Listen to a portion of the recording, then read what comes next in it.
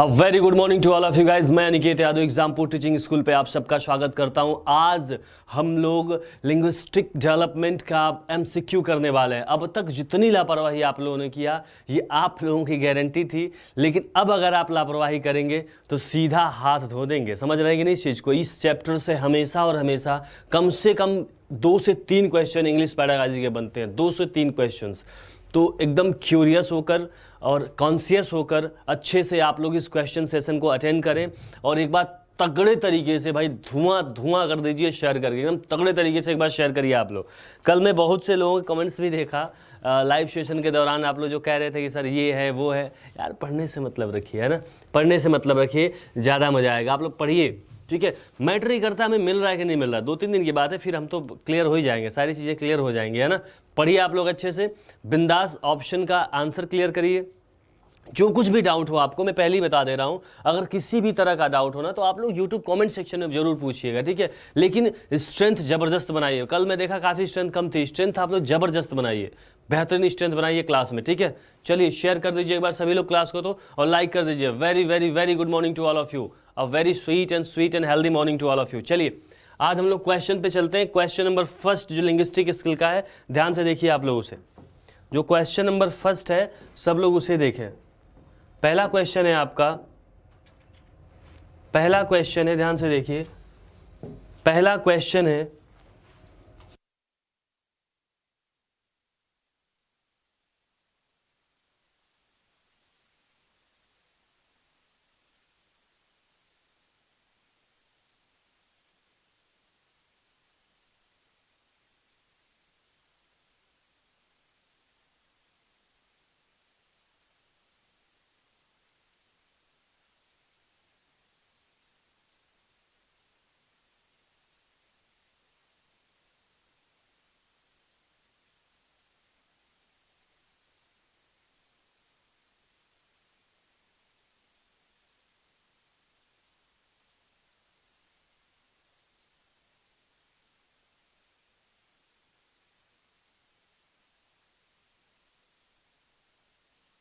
चलिए बताइए आप लोग। अब बताइए, पहला क्वेश्चन है आप लोग, which of the following linguistics is considered as the behaviourist. इसमें से किस भाषाविद को व्यवहारवादी समझा जाता है? बताइए सभी लोग, आंसर करिए। तो एक बार आप लोग सभी लोग आंसर करिए, सोच लीजिए, आंसर कर लीजिए, फिर मैं आप लोगों को आंसर बताता हूं और ट्रिक भी बताऊंगा हमेशा और हमेशा के लिए जो याद रहेगा, ठीक है। ट्रिक भी बताऊंगा। देखिए, Which of the following linguistics is considered as the behaviorist? इसमें से किसको व्यवहारवादी के रूप में जाना जाता है? किस भाषाविद को व्यवहारवादी जानते हैं हम लोग? बताइए सभी लोग, बताइए आप लोग, कौन है भाई, कौन है? बताइए तो आप लोग कौन है? देखिए क्या बोला है, बिहेवियरिस्ट। पहला वर्ड क्या है? बी। तो याद रखिएगा, ट्रिक है बीएफ स्किनर। ट्रिक क्या हो जाएगी? बीएफ स्किनर को व्यवहारवादी माना जाता है, भाषाविद माना जाता है। कौन सा भाषाविद माना जाता है? व्यवहारवादी भाषाविद, है ना। बी फॉर बिहेवियरिस्ट और बी फॉर बीएफ स्किनर, ठीक है। लेवात्स्की, जिन पियाजे, ये सब क्या थे? कंस्ट्रक्टिविस्ट थे। ये सब रचनात्मकता को जोड़ देते थे। कैल्सन क्या था? ये मॉनिटर थ्योरी को जोड़ दिए, है ना। मॉनिटर थ्योरी दिए इन्होंने क्या दिया भाई? मॉनिटर थ्योरी को दिया, ठीक है। समझ में आया पहला question? Which of the following linguist considered the behaviourist. इसमें से किस लिंग्विस्टिस्ट भाषाविद को हम, किस भाषाविद को हम व्यवहारिक मानते थे, है ना, व्यवहारिकता को जोड़ देता था? बताइए आप लोग। BF Skinner. मैंने ट्रिक भी बता दिया, B for behaviour, B for B F Skinner. Clear हुई ये बात सबको? ये सबको बात क्लियर हुई? अगर नेटिविस्ट पूछे कि इसमें से किसको नेटिविस्ट माना जाता, तो नेटिविस्ट कौन है? चामस्की है। तो उसका शुरू किससे होता है? एन से शुरू होता है। एनएम चामस्की होता है कि नहीं होता है? तो एन फॉर एन चामस्की और एन फॉर नेटिविस्ट। याद रखिएगा, नेटिविस्ट एन चामस्की, नेटिविस्ट एन चामस्की, ऐसे याद रखिएगा आप लोग। चलिए अगले क्वेश्चन पे चलते हैं हम लोग। क्वेश्चन नंबर 2, ध्यान से देखिए। क्वेश्चन नंबर 2 देखिए आप लोग। क्वेश्चन 2 देखिए आप लोग। ध्यान से देखिए और बताइए, फिर ट्रिक दूंगा इसका, कभी भूलेंगे नहीं जिंदगी में आप लोग। चलिए ट्रिक देख लीजिए। Question, the knowledge of universal grammar serves as a bridge to fill gap which occurs between the linguistic stimuli to which children are exposed and rich linguistic knowledge they attain dash discovered the theory of universal grammar with the belief that language is uniquely human। अब ये इतना बड़ा पुथन्ना आ गया है आप लोगों के सामने, इतना बड़ा पुथन्ना आ रहा है, इसे याद करने का सिस्टम क्या होना चाहिए भाई? ऐसे तो होगा नहीं, ऐसे तो होगा नहीं, है ना, ऐसे तो होगा नहीं, तो आप कैसे याद करेंगे ये डिपेंड करता है। ये सिस्टम, ये ट्रिक मैं बताऊंगा। एक बार आप लोग आंसर करिए इसका, फिर मैं इसका सिस्टम बताऊंगा, ठीक है? एक बार सभी लोग इसका आंसर करिए। जो यूनिवर्सल ग्रामर का नॉलेज है वह प्रदान करता है एक ब्रिज को भरने का काम करता है, जो किसके बीच हो जाता है? लिंग्विस्टिक स्टिमुली, यानी लिंग्विस्टिक भाषाई उद्दीपन के, जो बच्चों को क्या करता है? बच्चों को क्या करता है भाई? भाषाई ज्ञान को समृद्ध बनाता है। और जो प्राप्त करते हैं, क्या प्राप्त करते हैं भाई?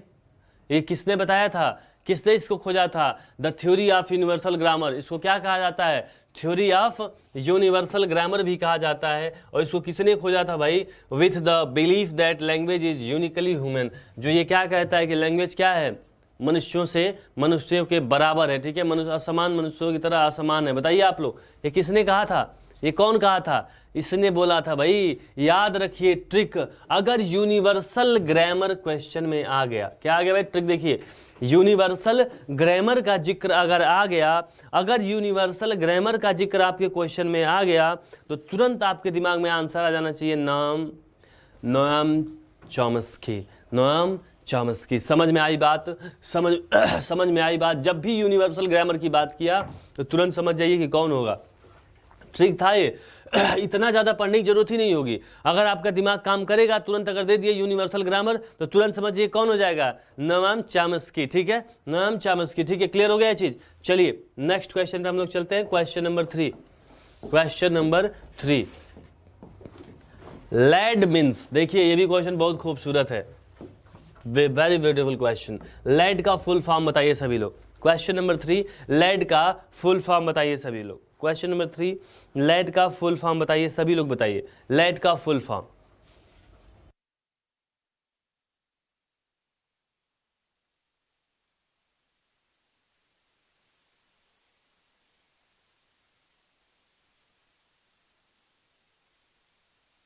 चलिए बताइए लैड का मतलब क्या होगा भाई? सभी लोग बताएं, लैड का मतलब क्या हो जाएगा भाई? बताइए सभी लोग। Language affordable device, language acquisition device, language late acquisition device. क्या हो जाएगा? वो देखिए, very good, option B is the right answer. Option B will be the right answer. Option B क्या हो जाएगा? लैंग्वेज एक्विजिशन डिवाइस, भाषाई अर्जन युक्तियाँ, भाषाई अर्जन युक्तियाँ। समझ में आई बात? ये समझ में आई सबको बात? ये चलिए, सबको ये बात समझ में आ गई। अब चलिए हम लोग चलते हैं question number next. Question number next, question number 4। इसे देखिए कितना बड़ा क्वेश्चन है। एक एक क्वेश्चन आप लोगों के एग्जामिनेशन में आए हुए हैं, वही क्वेश्चन में लेकर आऊँ, जाके आप लोग एकदम एग्जामिनेशन की तरह फील हो, सी टेट में, प्रीवियस टेट में। और आप लोगों को पता है, मैं अच्छा आप लोग सोच रहे हैं सर रिपीटेड क्वेश्चन क्यों लेकर आए, मतलब आए हुए क्वेश्चन क्यों लेकर आए? तो इसका केवल एक ही हमारा मोटो है कि आप लोग भी देखे होंगे सी टेट का 80% पेपर जो होता है ना, रिपीटेड होता है। 80 से 90% पेडागॉजी क्या होती है? रिपीटेड होती है। चलिए बताइए क्वेश्चन नंबर 4 बताइए सभी लोग। According to the Kant, knowledge is based on a person's own viewpoint. जो नॉलेज होता है वो मनुष्य के खुद के व्यू पॉइंट पे होता है, खुद के विचार से होता है। And humans have the ability to gather information. और मनुष्य के पास यह योग्यता होती है कि वह क्या करे? सूचनाओं को एकत्रित करे। थ्रू किसके द्वारा? प्रीसेप्शन ऑर्गेनाइज इट, जो उसके पूर्वाग्रह से ऑर्गेनाइज है। Within their cognitive structure, जो अपने क्या हो? संज्ञानात्मक स्ट्रक्चर से। Reflect on and analyse what happens to them, और रिफ्लेक्ट करे उन चीज़ों को, एनालाइज करे कि उनके साथ या उन दूसरों के साथ क्या होता है। And then apply meaning to those situation, और फिर उस चीज़ों को किसी सिचुएशंस पे, किसी स्थितियों पर अप्लाई करे। Thus Kant did not criticise the theory of. इससे कहते हुए कांट ने किस थ्योरी का क्रिटिसाइज नहीं किया? इतना जब उन्होंने कह दिया तो किस थ्योरी का उन्होंने क्रिटिसाइज नहीं किया? ध्यान दीजिएगा, ये नहीं पूछ रहा है कि कौन सा अप्रोच है, कौन सा अप्रोच पूछ रहा तो आपका कॉग्निटिव अप्रोच हो जाता, लेकिन क्या कह रहा है कि किस थ्योरी का उन्होंने, इतनी सारी बातें जब उन्होंने कह दी तो किस थ्योरी का उन्होंने विरोध नहीं किया? बताइए, किस थ्योरी का उन्होंने विरोध नहीं किया, आलोचना नहीं की? तो आपका आंसर हो जाएगा, आपका आंसर होगा कंस्ट्रक्टिविज्म, रचनात्मकतावाद। एक तरह से रचनात्मकता ही तो हो गया ना, एक तरह से ये भी रचनात्मकता को ही बढ़ावा दे रहे थे कि नहीं दे रहे थे? किसको दे रहे थे भाई? रचनात्मकता को ही बढ़ावा दे रहे थे कि लड़के क्या करें, उनके पास भाई इतनी योग्यता होती है कि वो सूचनाओं को अपने तरीके से सीखें, देखें, जांचें, परखें, फिर उसे अप्लाई करें। तो एक तरह से क्या हो गया, ये क्रिएटिविटी तो ही हो गई, क्रिएटिविटी तो ही हो गई ना। तो क्या हो जाएगा भाई? कंस्ट्रक्टिविज्म। क्या हो जाएगा? कंस्ट्रक्टिविज्म। उन्होंने इस थ्योरी का क्या नहीं किया? विरोध नहीं किया था। ठीक है, अप्रोच तो उन्होंने कॉग्निटिव दिया था, लेकिन विरोध इसका नहीं किया था। चलिए क्वेश्चन नंबर 5 पे चलते हैं हम लोग। क्वेश्चन नंबर 5 देखिए आप लोग ध्यान से। विच of the following statement is true? ध्यान से देखिए क्वेश्चन को और बताइए इसमें से कौन सा स्टेटमेंट ट्रू है। इन पांचों स्टेटमेंट में से, चारों स्टेटमेंट में से कौन सा स्टेटमेंट ट्रू है? ये ध्यान देना है, ट्रू देखना है। पियाजे believe that babies are born with the ability to adapt to and learn from the environment। पियाजे का ये मानना था, जिन पियाजे का, कि जो बच्चे होते हैं वो इस योग्यता के साथ जन्म लेते हैं कि क्या क्या क्या माहौल से सीखना है और क्या मतलब क्या ग्रहण करना और क्या सीखना है। या पियाजे ने बिलीव करते थे कि जो लैड होता है ना, लैंग्वेज एक्विजिशन डिवाइस होती है, वो लगातार बदलती रहती है, लगातार बदलते रहती है as a result of the child interaction with his environment. जैसे बच्चा इन्वायरमेंट से बात करता है। या जॉन डेवी ने कंस्ट्रक्टिविज्म का आलोचना किया था। या नाम Chomsky did a great deal of work with the second language learning, कि नाम चॉम्स्की ने बहुत ही अच्छा काम किया था एक सेकंड लैंग्वेज लर्निंग के लिए। बताइए आप लोग, ध्यान दीजिए, ये तो साफ हो रहा है कि ये यहाँ पे डिड नॉट होगा, क्योंकि नॉमन चॉम्स्की ने लैंग्वेज डील में कुछ काम ही नहीं किया था, लैंग्वेज लर्निंग के लिए इन्होंने कुछ काम ही नहीं किया था। ये ऑप्शन क्या हो गया? इनकरेक्ट। और जॉन डेवी जो थे, जॉन डेवी, जिन पियाजे तो कंस्ट्रक्टिविज्म के सपोर्टर थे, तो ये कैसे सपोर्ट ने क्रिटिसाइज करेंगे? ये भी गलत है। पियाजे लैड से कोई इनका मतलब ही नहीं था, लैड से कोई मतलब नहीं था। Option A is the right answer. पियाजे हमेशा क्या विश्वास करते थे कि बच्चा जन्म से ही सीखने की इच्छा रखता है और अपने क्या करता है भाई, जब पैदा होता है तो उसके अंदर खुद ब खुद ये एबिलिटी होती है, खुद ब खुद योग्यता आ जाती है कि वह इन्वायरमेंट्स को एडॉप्ट करे और इन्वायरमेंट से क्या करे? सीखे, इन्वायरमेंट से सीखे। चलिए बहुत बढ़िया, बहुत बढ़िया। क्वेश्चन नंबर 6 पे चलते हैं हम लोग। क्वेश्चन नंबर 6 पे आ जाइए आप लोग। Who believe that teacher just provides the necessary scaffolding, scaffolding मतलब मंच होता है, to developing the students ability to think on their own। यह किसका विश्वास था कि टीचर केवल एक मंच प्रदान करता है बच्चों के अपनी योग्यता और अपनी सोच को अपने तरीके से विकसित करने के लिए? किसका था? बताइए आप लोग, किसका था? सभी लोग बताएं। क्वेश्चन नंबर 6 बताइए, बताइए तो फिर मैं आप लोगों का इसका ट्रिक दे दूंगा, कभी भूलेंगे नहीं आप लोग। बताइए।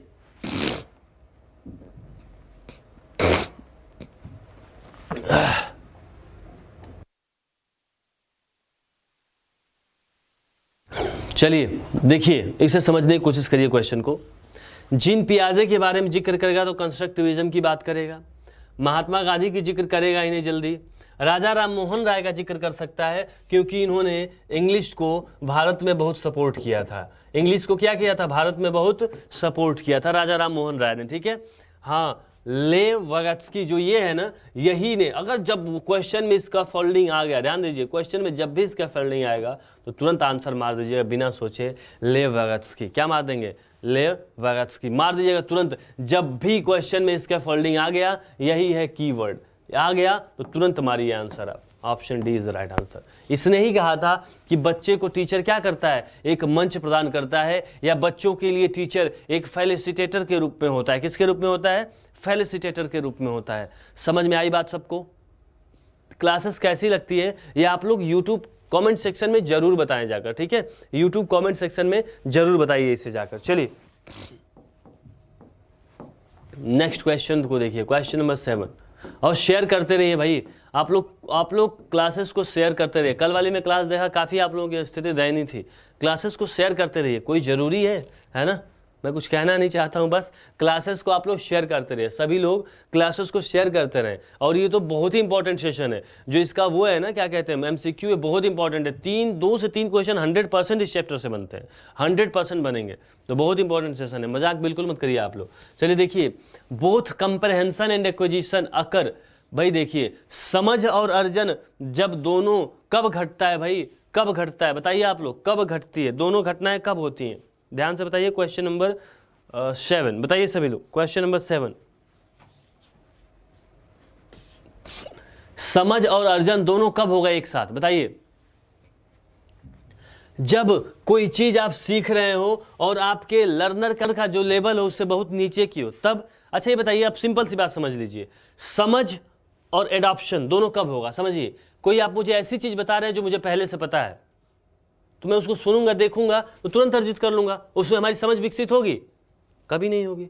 यानी ऐसा इनपुट दें जो हमारे लेवल के बिलो हो, तब तो हमारी समझ विकसित ही नहीं हो, क्योंकि हम क्या कर लेंगे, उसको तुरंत अडॉप्ट कर लेंगे। या input is equal to the level of the learner, या मेरे लेवल के इक्वल भी होगा, तभी मेरी समझ होगी। आदमी की समझ कब होती है, जब उसको हार्ड दिया जाता है, जब उसको क्या किया जाता है, हार्ड टॉपिक दे दिया जाता है या हार्ड चीज दे दिया जाता है, तब वो क्या करता है, दिमाग लगाता है, अर्जित भी करता है और दिमाग भी लगाता है कि यार क्या हो सकता है। जब उसको क्या करें, उस इनपुट जो दे रहे हैं हम उसके लेवल से क्या कर दे, बढ़ा दे। क्या कर दे भाई, बढ़ा दे। Input is just above the level of the learner, जब सीखने वाले के दिमाग के लेवल से इनपुट को जब बढ़ा देंगे, तब समझेंगे कि उसका कंप्रहेंसिव विकास, डेवलपमेंट होने लगेगा, यानी अर्जन भी करने लगेगा वो, और कंप्रहेंसर दोनों एक साथ घटने लगेंगे, दोनों घटनाएं एक साथ घटने लगेंगी। Is that clear? क्लियर हुआ है बात? पक्का? चलिए question number 8, which of the following organisations developed the national curriculum framework 2005? NCF 2005 को इसमें से किस ऑर्गेनाइजेशन ने डेवलप्ड किया था, विकसित किया था, बताइए सभी लोग बताएं। इजी क्वेश्चन है, बहुत टेक्निकल क्वेश्चन तो नहीं कहा जाएगा, इजी क्वेश्चन है, लेकिन बताइए, फिर भी आप लोग बताइए। क्वेश्चन इजी है but will have to answer.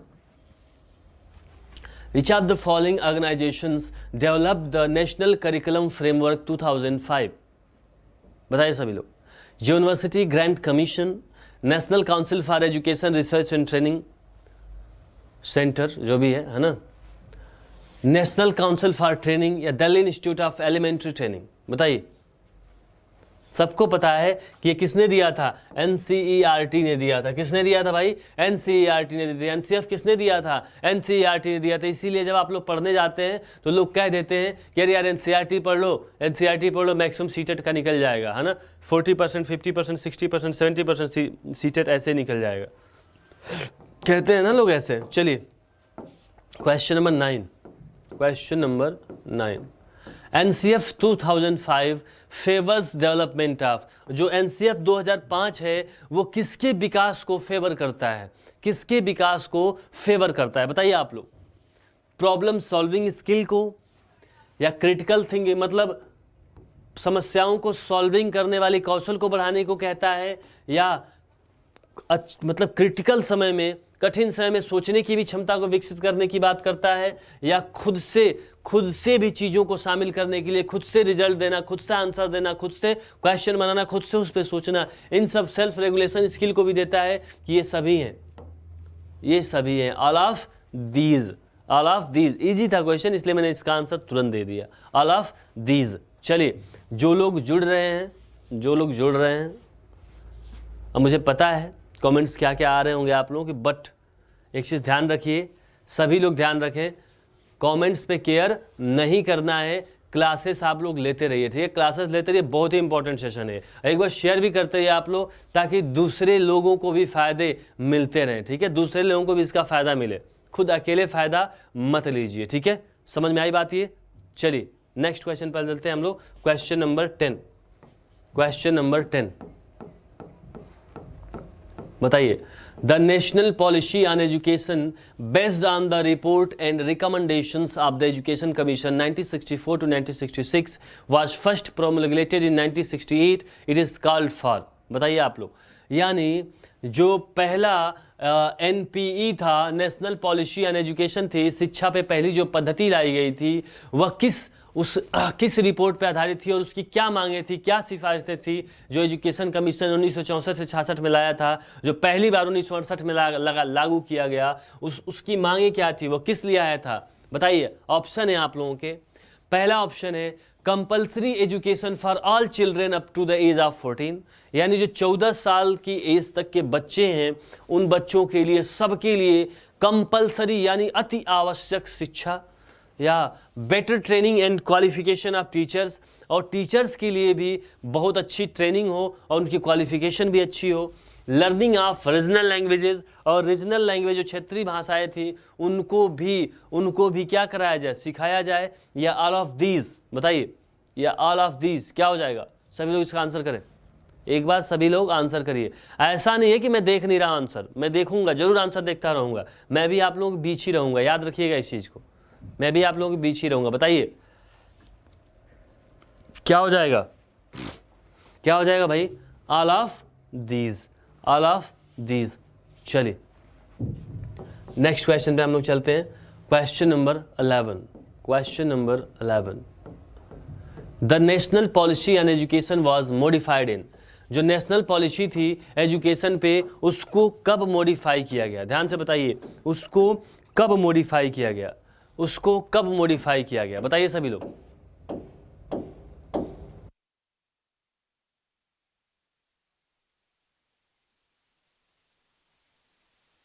बताइए क्या हो जाएगा, कब मॉडिफाई किया गया? जो एनपी थी उसको फिर कब मॉडिफाई किया? सभी लोग बताएं, ध्यान से आंसर करें।